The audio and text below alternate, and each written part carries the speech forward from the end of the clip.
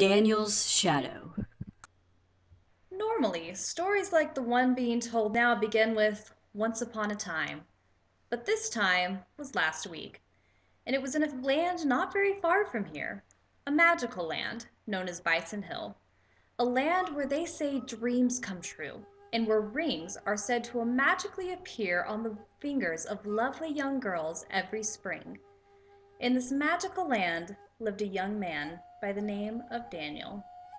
Daniel was very sad, for you see, he felt very alone and out of place amongst those who were closest to him. It seemed to Daniel as though everyone had deep and meaningful connections. Everyone except for him. One day, just last week, as Daniel was working late into the night helping one of his professors with last-minute grading, he began to hear his name being called out from far away. He knew that this could not be the case, because except for him and the professor, the building did not have a single soul within it. Daniel tried his best to ignore the voice, thinking that he must be going crazy. However, as the voice began to grow more desperate with every call, Daniel let his curiosity win out. He left his unfinished project on the professor's desk and walked out of his office and down a long hallway towards a basement door. Once Daniel had reached the door, he realized it was cracked open just a tad.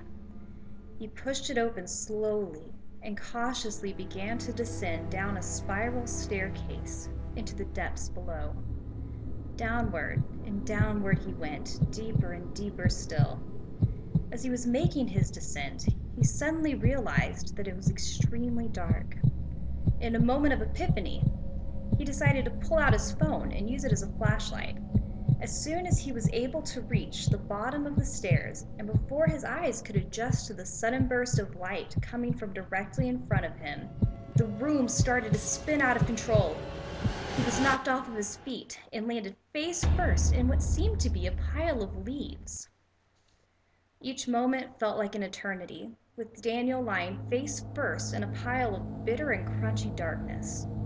As he was finally able to get his bearings and sit upright on his knees, Daniel noticed that he was not on Bison Hill anymore. He had somehow been transported to what appeared to be an ancient forest, with trees towering taller than anything you had ever seen before. This confused Daniel very much.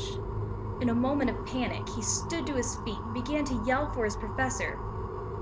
But instead of the gentle response of a familiar voice, Daniel was greeted by the sound of huffs and puffs and rustling in the bushes nearby where he stood.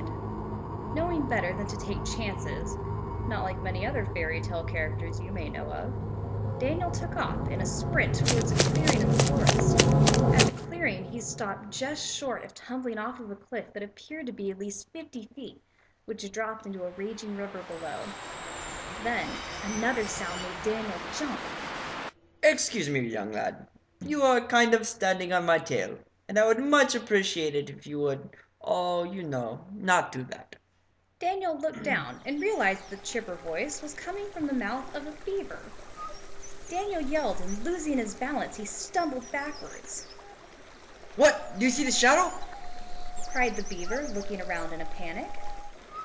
Daniel stammered his next words. You just talked. The beaver responded with. Yes, very good. That's what they call the thing when your mouth moves and words come out. There was a moment of silence before the beaver continued. I'm Benjamin the Beaver. What's your name?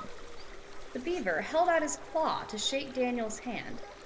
Daniel hesitated before he answered. Daniel, I think. None of this makes sense. Am I in Narnia? Daniel asked, halfway joking while looking around. The beaver laughed and replied, This isn't a C.S. Lewis tale that you've stumbled into, my friend. What you are experiencing is quite real. Daniel asked Ben the beaver where he was, and the beaver told him that it would be up to him to figure that out. Ben the beaver invited Daniel to stay the night with him at his den, which was more like a castle. The beaver told Daniel it had taken him 20 years to fully construct it, and now he would have to abandon it, because the master of the shadow had desolated the land and taken many of his friends captive. As Daniel lay awake that night, unable to sleep, he once again heard the huffing, puffing, but this time it was at his feet. Daniel screamed, and Ben the beaver came running into the room, lighting the lantern as he entered.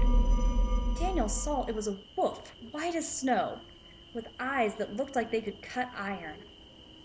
Daniel was sure he had never seen a more majestic creature before in his entire life. The wolf began to speak. I am sorry to have frightened you, my friend, but there is no time to rest, for on this very night the shadow seeks to destroy you. Daniel was confused once again. The wolf continued, as if sensing his confusion. The shadow is what lives within us all, and, if we allow it, it has the ability to blur the truths of the great light that we already know.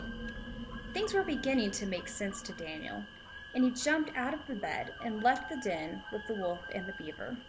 The three of them, the wolf, the beaver, and Daniel, ran through the night, and just as the sun was beginning to rise, they came upon a door that Daniel knew would take him back to his world. Daniel began to sob.